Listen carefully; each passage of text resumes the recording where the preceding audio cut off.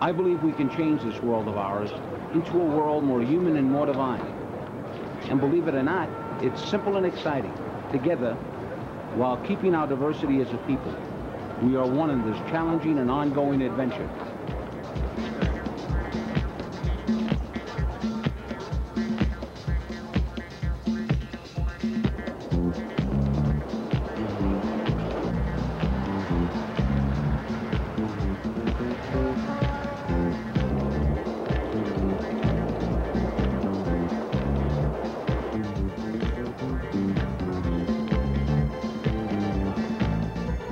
This lifelong journey is not centered around the building of nursing homes, schools, or hospitals, nor is it a fundraiser for any particular organization or religious denomination.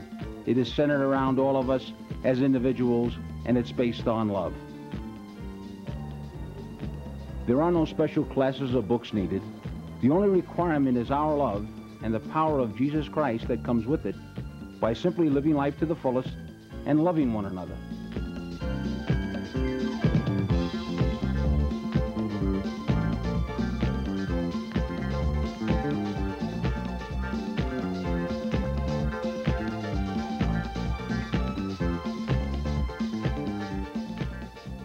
Before I continue, I thought it would be appropriate to make a statement on the focus of this mission and my relationship to Christ and his message as it relates to the world today. First, I have been asked by others to describe and explain the focus of creating a world more human and more divine in greater detail. The fact is, there is only one purpose or focus, and that's simply to create a society inspired by God through love. Second, I'm just an ordinary person, and I have no secrets or hidden motives in the role I play in this endeavor. I have no doubts, no reservations, no hesitations in my belief in him, the living Christ. And without his hand on me, I am absolutely nothing. I thank him for giving me life and for a wonderful family. What I'm to say, I believe, for I speak not from textbooks or theological courses, but from the heart and from my own experiences and those of others. I accept Christ as the way, the truth, and the life. However, I support, acknowledge, and encourage the spiritual truth found among all people, because we all share a common destiny, unity in God.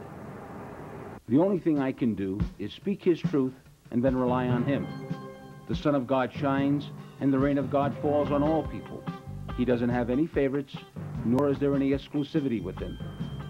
He works in the freedom of personhood, and I won't judge or undercut or ridicule the faith of any person. That's not my concern. Where that person is, in his or her relationship to God, is only between that person and God. What's critical in today's society is that the dignity of all people be preserved. We have to respect where a person is at his or her time in life. How can we accept God as our Father, from whom we all come, and then discriminate against others and look upon our personhood differently and not acknowledge the equality of all people?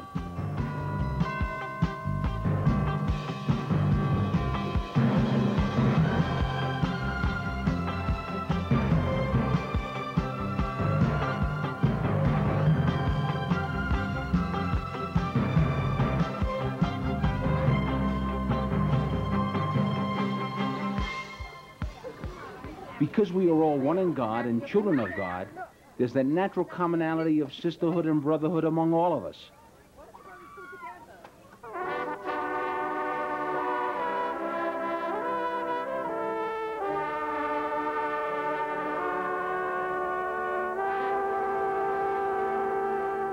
There's no need for any dividing lines. We, and not God, have set up all the rules, regulations, structures, nations, and boundaries. There's no mountain, ocean, or any natural boundary that separates us as a people.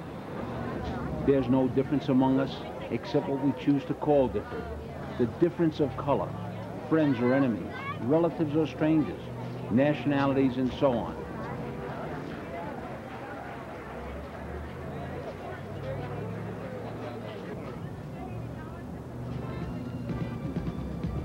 Nor is there any civil law that divides us as a people, except the laws and boundaries that we've established within our hearts.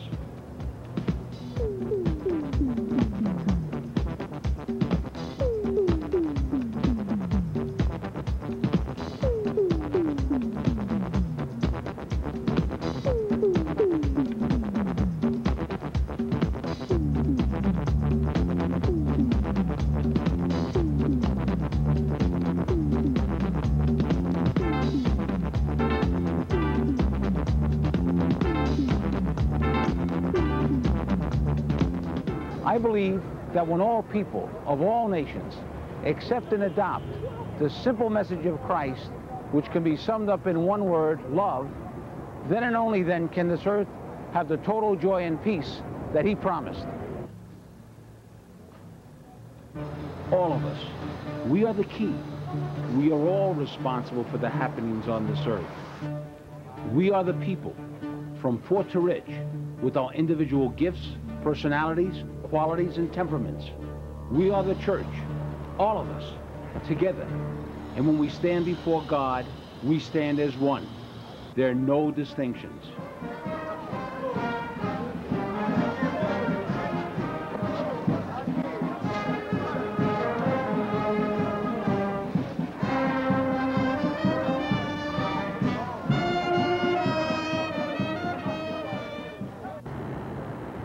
There was a time when Jesus was asked this question, which is the greatest commandment of the law?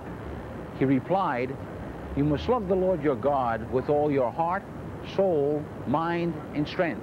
The second is this, you must love your neighbor as yourself. There is no commandment greater, and on these the whole law is based. Then at the Last Supper he said, this is my commandment. Love one another as I have loved you. A man can have no greater love than to lay down his life for his friends. When we tie these three commandments together, it sums up in real simple terms what God expects of us and what Jesus Christ did for us. And therein lies the basis of the gospel and our guide to life. If we can implant these thoughts in our minds and hearts, life will take on new meaning and will be uncomplicated, because Jesus Christ did not want the Word of God complicated. In fact, he made it simple enough to be revealing to little children. We need to accept his word with the simplicity and the trust of a childlike heart.